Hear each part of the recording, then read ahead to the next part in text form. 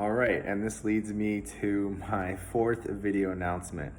This will be using a plane as well.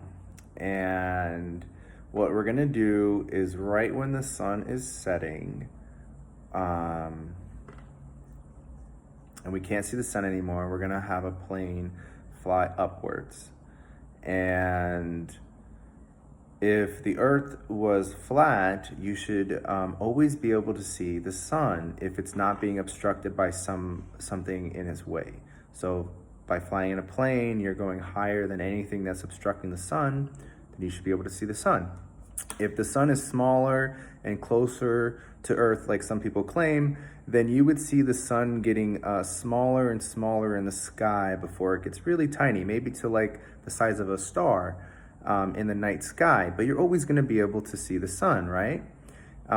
So some of the claims against this, I mean, it should be getting smaller. There's just really no way around that. But to say that maybe the sun, there's distortion and the sun maybe isn't powerful enough, it just disappears and doesn't gradually get smaller, but it's not powerful enough to kind of keep showing light to us when we're in the plane.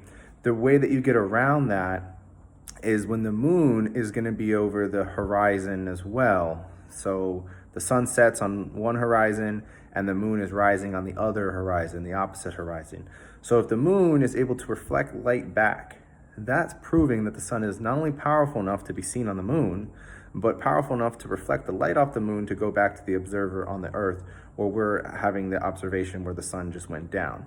So this would prove that there is no distortion, that we should be able to see the sun if the sun is reflecting on the moon. So this would be very conclusive that the earth is not flat, because if it was flat, you would always be able to see the sun at a certain type of height and where nothing is obstructing it. And it's definitely powerful enough to give its light to us.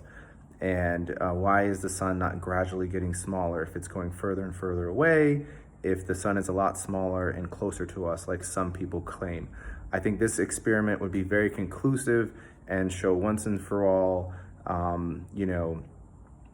what is the shape of the earth or what it is not the shape of.